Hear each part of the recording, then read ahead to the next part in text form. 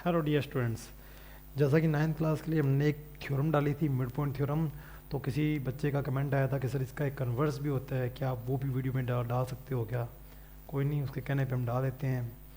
Okay students, देखते हैं converse of empty. हमने मिड पॉइंट थ्योरम की थी, उसका हम कन्वर्स कर रहे हैं, रिवर्स कर रहे हैं। पहले देखते हैं मिड पॉइंट थ्योरम क्या कहती थी। मिड पॉइंट थ्योरम ये कहती थी कि अगर आपके पास एक मिड पॉइंट है और अगर आप एक लाइन पैरेलल ड्रॉ कर रहे हो तो वो जहाँ जाएगा वो भी मिड पॉइंट होगा। अब कन्वर्स में क्या कहता है स्टूडेंट, वो सुनो। कहता है कि अगर आपने दो मिड पॉइंट को कनेक्ट कर लिया, यहाँ एक मिड पॉइंट था, दूसरा मिड पॉइंट प्रूव करते थे। इसमें कह रहा है कि दोनों अगर मिड पॉइंट हो तो ये गारंटी है कि वो लाइन इस लाइन के पैरेलल होगी और हाफ होगी। इसमें कहते थे कि बस हमारे पास मिड पॉइंट होना चाहिए, लाइन पैरेलल होनी चाहिए, वो मिड पॉइंट होगा। इसमें ये है कि ये भी मिड पॉइंट है, ये भी मिड पॉइंट है।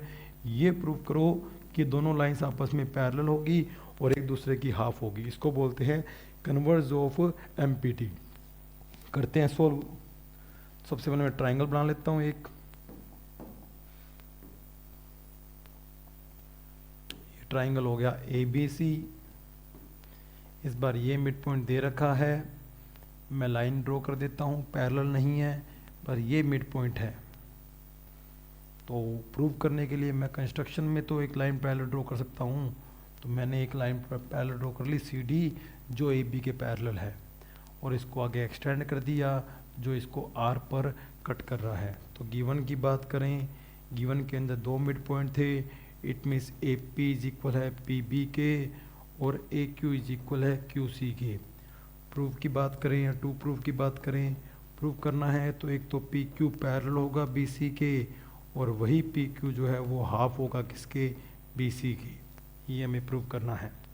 कंस्ट्रक्शन की बात करें तो कंस्ट्रक्शन में हमने CD पैरेलल लाइन ड्रॉ कर दी, एक तो AB के और एक PQ को एक्सटेंड कर दिया। कहाँ तक एक्सटेंड कर दिया, R तक।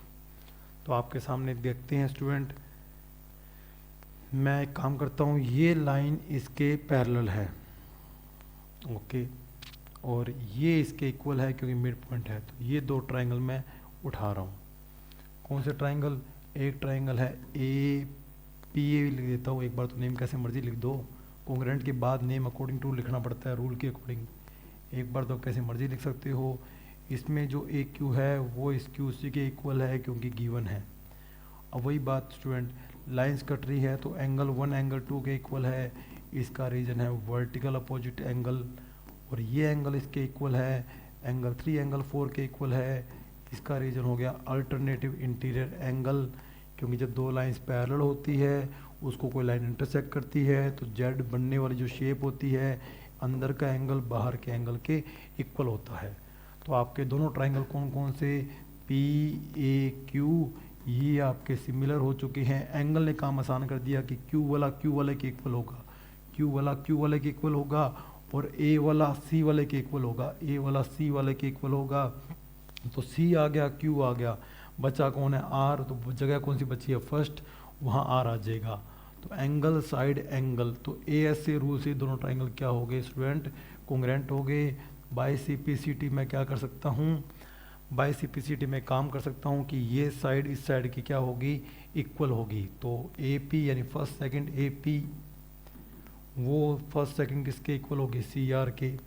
और आप याद करो कि AP किसके इक्वल थी, AP पहले से इक्वल थी PB के, और वो अब इक्वल होगी किसके, CR के। और जबकि आपने बोल ही दिया कि PB पैरेलल भी है CR के, तो आपको एक चीज़ पता होगी कि जब भी एक साइड एक तरफ से काम कर सकते हैं, या तो दोनों पैरेलल प्रूव करो, ये इसके पैरेलल है ये इसके पैरेलल है, तो पैरेललोग्राम बनता है। अगर एक तरफ से पैरेललोग्राम करना हो तो पैरेलल हो और इक्वल हो, जैसे ये इसके पैरेलल है और ये इसके इक्वल है, इतने से मैं कह सकता हूँ कि अब ये क्या होगा, पैरेललोग्राम होगा। देयरफॉर BCRP आपका क्या बनेगा स्टूडेंट, पैरेललोग्राम बनेगा। तो पैरेललोग्राम बनेगा तो इसका मतलब आपकी ये लाइन इसके पैरेलल तो होगी। तो एक तो PQ पैरेलल होगी, PQ क्यों, पूरी PR ही होगी ना, तो PQ उसका पार्ट ही तो है, PR जो है वो पैरेलल होगी BC के। और आपने भी बोला है कि ये पैरेललोग्राम है, इसका मतलब स्टूडेंट पी आर जो है, ये पूरी पी आर जो है वो इक्वल है किसके, सी बी के।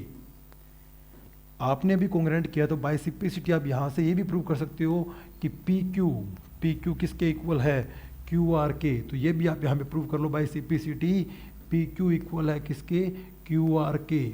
उससे क्या बेनिफिट है, उससे ये बेनिफिट है कि आप पी आर के दो टुकड़े कर सकते हो, P Q plus Q R, और वो इक्वल आ चुकी है सी बी के। और इस क्यू आर की जगह आप पी क्यू भी लिख सकते हो, तो P Q plus P Q वो इक्वल होगी सी बी के।